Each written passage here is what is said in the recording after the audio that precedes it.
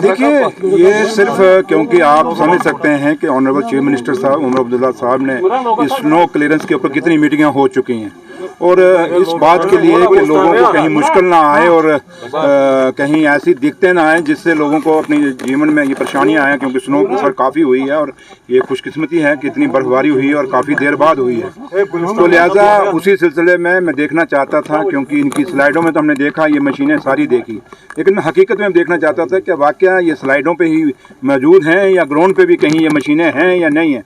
तो जो मैं आया तो अच्छा लगा और काफ़ी मशीनरी है मैकेनिकल डिपार्टमेंट के पास और काफ़ी इस बारी तो मैं जहाँ तक देखा कल, क्योंकि हम पहलगाम भी गए थे और रास्ते काफ़ी साफ़ हैं, जैसे पहले दिक्कतें आती थी इस बारी नहीं आई। क्योंकि इसमें सबसे बड़ी बात है, अगर आज ये लोगों को दिक्कतें नहीं आई, अगर स्नो क्लियरेंस हुई है तो इसका सबसे बड़ा क्रेडिट ऑनरेबल चीफ मिनिस्टर जनाब उमर अब्दुल्ला साहब को जाता है और आप भी समझ सकते हैं। तो लिहाजा मैं इंजीनियरों को जो कल का मैं क्योंकि परसों का मैं कश्मीर में आया हुआ हूँ और कल भी काफ़ी सारी जगह गया, परसों भी गया और आज भी सुबह मैं यहाँ इनके पास आया, मैं इनको मुबारकबाद दूंगा कि काम कर दें। अब हम कहें कि बिल्कुल 100% स्नो फ्री कर देंगे, सड़कें सारी हो जाएंगे, वो आप भी समझते हैं कि इतना पॉसिबल नहीं होता, क्योंकि कभी किसी बार किसी मौसम में बर्फ़ ज़्यादा पड़ती है, किसी बार कम पड़ती है।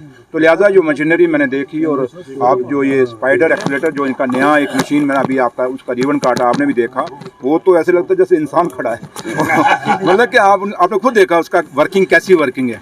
तो ये नई टेक्नोलॉजी है,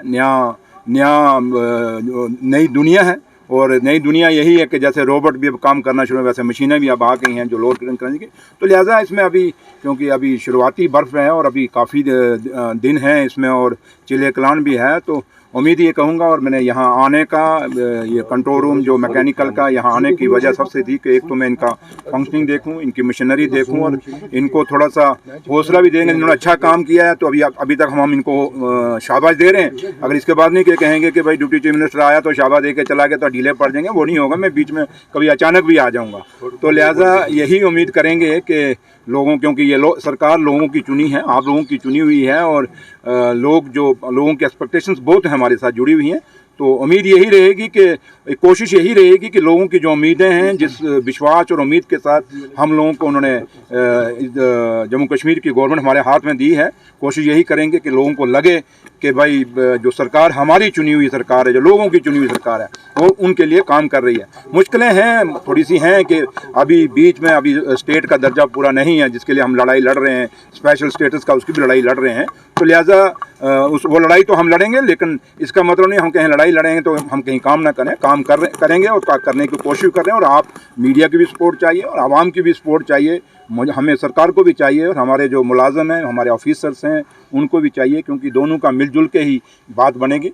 तो लिहाजा यही कहूँगा कि ऑफिसर से यही मैं रिक्वेस्ट करूँगा कि आप अपनी जिम्मेदारी को निभाइए, ताकि आपको भी वाहवाही मिलेगी, सरकार को भी वाहवाही मिलेगी और लोगों का आना जाना ठीक रहेगा। सुरेंद्र जी, हमेशा पत्थर, आप कौन से कभी सफेदे के पेड़ को पत्थर मारते हुए देखा कोई? जहाँ फल लगता है वहाँ पत्थर मारते हैं। ये नेशनल कॉन्फ्रेंस की वो सरकार है जिसके पास फल है और लोगों का काम कर रहा है। अब जिनको नाच ना जाने वो आंगन टेढ़ा, खुद रहे तो खुद किया कुछ नहीं। उसमें तो बड़ी बातें करते थे, उसमें कहते थे टॉफी लेने गए, दूध पीने गए। तो आज वही बात करें, अगर वही लोग हमें आग सिखाएं तो हम उनसे सीखने वाले नहीं। हम जानते हैं, क्योंकि हम लोगों से जीत के आए हैं, लोगों ने जिता के भेजा है। हमने लोगों के एक आदमी के, हम जिस कॉन्स्टिट्यूंसियों से आए हैं, हमने वहाँ पे काम किए हुए तब जीत के। हम किसी वेव के कारण नहीं आए या किसी के कारण नहीं आए। अगर आज नेशनल कॉन्फ्रेंस का एक कैंडिडेट जो जीत के आया है वो डॉक्टर फारूक अब्दुल्ला साहब की क़यादत में और उमर साहब की क़यादत में जीत के आया। और यही विश्वास है लोगों को कि नेशनल कॉन्फ्रेंस एक ऐसी पार्टी है जिसकी गवर्नमेंट है, वो काम करेगी। तो लिहाजा बाकी जो कहते हैं, जो बोलते हैं, बोलने वाले बोलते रहें, हमें क्या, हमें काम से मतलब है। अब उनको हम थोड़ा जवाब दें, हमें जवाब दे है लोगों को, जिन लोगों ने हमें वोट डाला है, हमने उनको जवाब देनी है। इनको क्या ऐसे सरप्राइज हुए हैं, कल से लोग हैरान हुए हैं कि जो उमर साहब ने कहा कि 200 यूनिट तब मिलेगा जब 100% मीटरिंग होगी, लेकिन मैनिफेस्टो में पहले ये नहीं कहा गया था। और इवन कि आप ही उमर साहब ने कहा था कि मीटर्स को तो हम दरियाई कि हमने नहीं लगाया। मीटर कौन लाया? जिन्होंने मीटर लाया, कभी काश उनके खिलाफ भी कोई बोले, उनको भी सवाल पूछे भाई मीटर क्यों लाए जम्मू कश्मीर में। जम्मू कश्मीर में सबसे बड़ी मुद्दा इस समय है, लोगों को बिजली से भी कोई वास्ता नहीं है। मेरे बुजुर्ग वो थे जो बिजली के बगैर पढ़ाइयाँ की, मेरे बुजुर्ग वो थे जिन्होंने सड़कों के बगैर भी इन इलाकों में चले, चाहे वो कश्मीर हुआ, चाहे वो जम्मू हुआ, चाहे वो खिता पीर पंचाल हुआ, चाहे चिनाब वैली हुई। तो हमारे बुजुर्गों ने कभी बिजली या इन पानियों बावलियों और कुओं से पानी लेके हम लोगों को पढ़ाया हुआ है। तो इसलिए लोगों की सबसे बड़ी हमारी आज हमें चिंता है कि हमारे बेरोजगार बच्चे को रोजगार कैसे मिलेगा। ये सरकार उसके लिए सोच रही है, उसके लिए हम प्लान कर रहे हैं। बाकी ये बिजली पानी ये चलेगा, ये आप कहें कि 100% कहीं होता है, कहीं नहीं होता। यही बात मीटरिंग का, हम जब बात करते हैं मीटरिंग की, आप लोग खुद जब हमें सवाल पूछते हैं, क्या आप चाहते हैं कि भाई लोग मुफ्त की बिजली बुलाएं?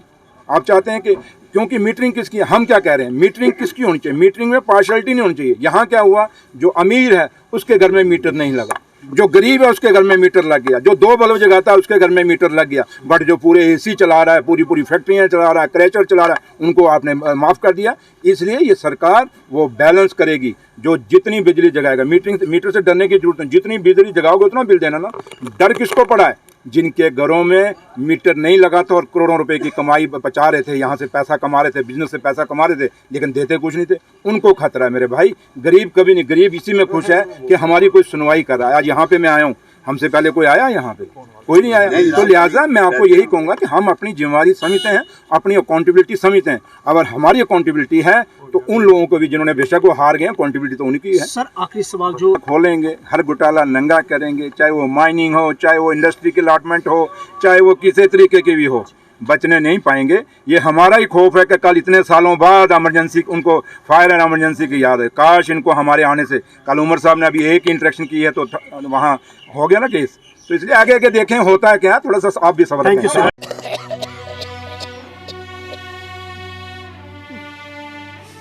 नमस्ते बहन जी। नमस्ते मैडम जी। चिंटू स्कूल क्यों नहीं आ रहा, क्या बात है? बच्चों के पापा बड़े दिनों से बीमार हैं, घर में खाने के लाले पड़े हुए हैं, बच्चों को कैसे स्कूल भेजूं? आपकी बेटी भी तो काम कर सकती है ना। वो तो लड़की है, लेकिन हाँ, उसके पापा ने ना उसको अपना इलेक्ट्रिक ऑटो चलाना सिखाया है। आपकी बेटी इलेक्ट्रिक ऑटो तो चला सकती है। फिर लोग क्या कहेंगे? बहन जी, आजकल जमाना बदल चुका है, लड़की और लड़के में कोई अंतर नहीं है। और सोचना बंद कीजिए और लड़की से कहिए कि वो ऑटो चलाए। सच मैडम जी? जी। अरे तुम? हेलो मैम, कैसे हो आप? तुम्हें देखकर बहुत ही खुशी हुई। तुम और लड़कियों को भी इलेक्ट्रिक ऑटो चलाने के लिए प्रेरित कर सकती हो। चलिए मैम, आपको भी छोड़ देती हूँ। जीती रहो।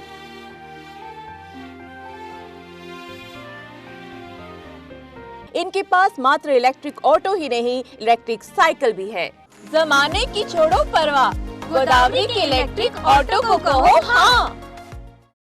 अब जुपिटर मोटर्स लाए हैं न्यू ईयर धमाका ऑफर, जिसमें मिलेगा हर इलेक्ट्रिक ऑटो पर 10,000 रुपए का डिस्काउंट और इलेक्ट्रिक साइकिल पर मिलेगी 2500 रुपए की एक्सेसरीज बिल्कुल फ्री। तो देर किस बात की, आज ही आए और ऑफर का लाभ उठाएं। हमारा पता है जुपिटर मोटर्स, बिहाइंड साइंस सहयोग hotel, Gangyal, Jammu. Mobile number 9780848888।